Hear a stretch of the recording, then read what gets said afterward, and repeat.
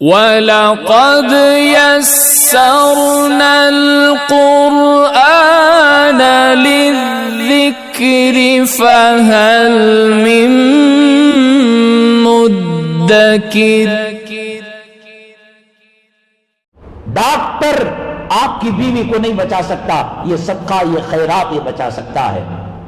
بڑے بڑے علامہ بنے، بڑے بڑے مفتی بنے، کیا ڈگریاں پا کر، دارالفتہ کا کورس کر کر، جامعہ ازہر میں پڑھ کر، مصر کی یونیورسٹی میں نہیں۔ حضرت مولانا مفتی محمد شفیع صاحب رحمت اللہ علیہ مفتی اعظم بنے پاکستان کے پڑوس ملک کے۔ حضرت کہتے ہیں درس و تدریس میں، مدرسے میں میرے دماغ کی وجہ سے، میرے علماء، میرے پیر و مرشد کی وجہ سے نہیں، اللہ تبارک تعالیٰ نے مجھے بتایا کہ میں کیوں مفتی اعظم بنا۔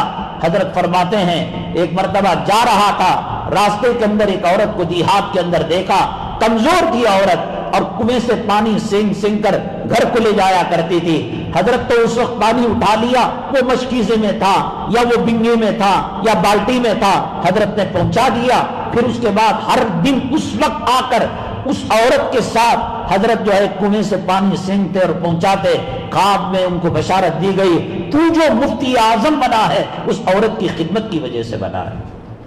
آج یہ چیز ہمارے پاس میں، اولاد اولاد اولاد، چار ادمیاں بیٹھے رہتی، کھاتے رہتی، گچھ چھنک کر اس کے بچے کے منہ میں ڈال دے۔ دوسرا کہا گیا لا تلہکم اموالکم ولا اولادکم عن ذکر اللہ المال والبنون زینت الحیات الدنیا انما اموالکم واولادکم فتنہ، یہ فتنہ ہے، خالی اپنا دیکھ لینا، پڑوس کا نہیں دیکھنا۔